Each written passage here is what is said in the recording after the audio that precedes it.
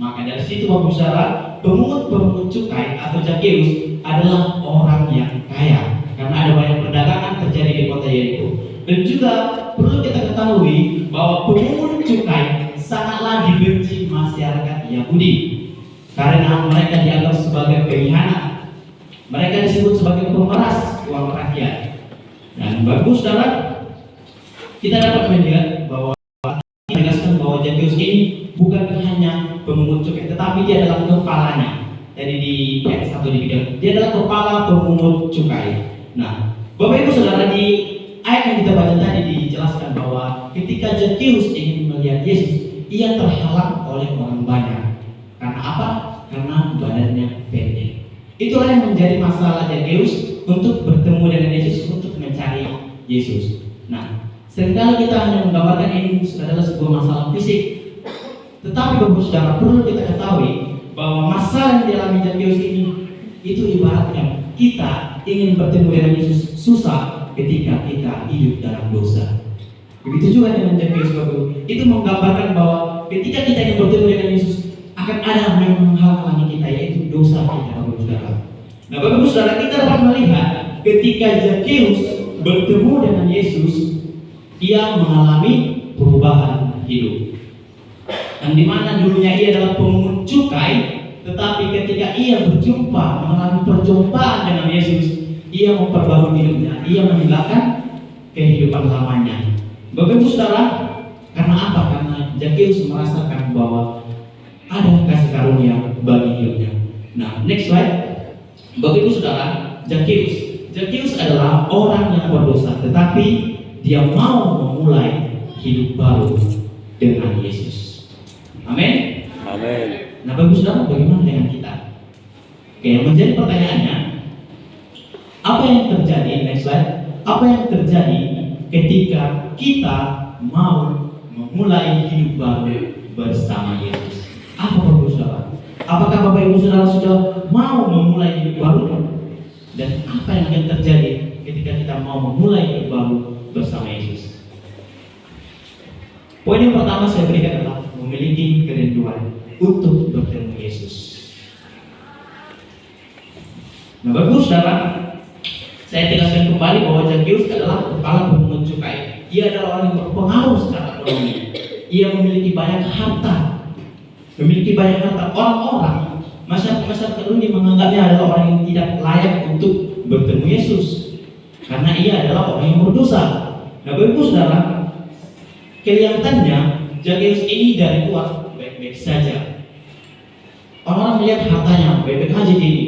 Tapi ada satu hal yang tidak dilihat oleh masyarakat itu atau orang-orang yang ada di sana, bahwa Zakheus mengalami kekosongan secara rohani.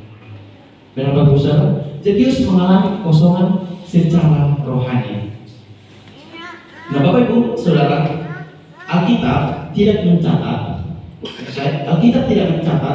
bahwa Zakheus datang kepada Yesus karena iman yang besar. Bukan. Dikatakan tadi Alkitab, dia bukan karena iman yang besar. Alkitab hanya berkata, ia hanya ingin melihat siapa Yesus itu. Karena Bapak Ibu, karena Yesus pada zaman itu sedang banyak pengikutnya, viral, bisa dikatakan sekarang viral. Banyak orang yang mengikuti dia ketika dia dalam perjalanan, karena dia mengadakan banyak mujizat. Sehingga karena itu ia ingin tahu siapa Yesus itu. Bisa kita katakan bahwa Zakheus ini adalah orang yang kepo dia. Siapa sih Yesus itu? Dikatakan Lukas 19 ayat 3, ia berusaha untuk melihat orang apakah Yesus itu.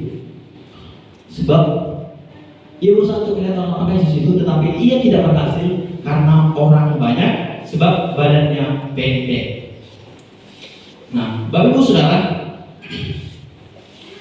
Alkitab hanya berkata ia ingin tahu. Tetapi kenapa saya katakan memiliki kerinduan? Bapak Ibu Saudara, rasa ingin tahu Zakheus bukanlah rasa ingin tahu yang biasa-biasa saja. Kenapa kita katakan rasa ingin tahu itu bukan biasa-biasa saja? Rasa ingin tahu Zakheus adalah rasa ingin tahu yang lahir dari hati yang kosong. Next slide.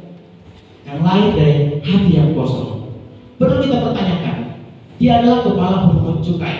Otomatis uang banyak, hidup gak susah. Dia kepala pemungut cukai.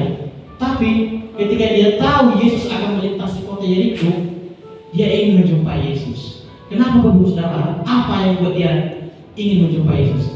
Karena hartanya tidak membawa damai sejahtera dalam hidupnya Bapak Ibu. Dia tidak mengalami sukacita walaupun dia punya banyak harta.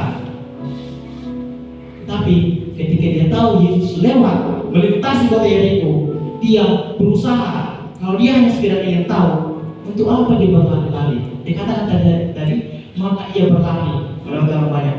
Bayangkan orang yang pendek, mungkin dia lewat dari sela-selanya itu. Dia berusaha untuk mencari Yesus. Bahkan tidak hanya lari, dia manjat. Bagus, saudara, bayangkan orang kaya, kepala pemungut cukai. Dia manjat pohon, malu harusnya. Tapi dia enggak memikirkan rasa malu itu, karena ada rasa ingin tahu yang lain dari kekosongan pada dirinya, Bapak Saudara. Sehingga dari kekosongan yang ada dalam dirinya menimbulkan kerinduan yang sejati bagi hati Zakheus. Next slide. Bapak Ibu Saudara, kerinduan sejati terlihat dari tindakan. Zakheus tidak hanya ingin tahu. Dia tidak hanya ingin tahu. Kita kan Injil Lukas mengatakan dia ingin tahu, tetapi dia mencari. Dia tidak hanya mencari, dia berkorban. Dia tidak hanya berkorban, dia melampaui rasa malunya untuk mencari Yesus. Karena apa? Karena ada kekosongan dalam hatinya yang menimbulkan kerinduan. Nah, Bapak Ibu Saudara, ada banyak di antara kita yang terlihat sedang baik-baik saja, bekerja baik-baik saja, pergi ke sana, pergi ke sini, secara jasmani baik-baik saja. Ada yang pelayanan tiap hari, kelihatannya baik-baik saja, tapi bisa jadi hatinya kosong secara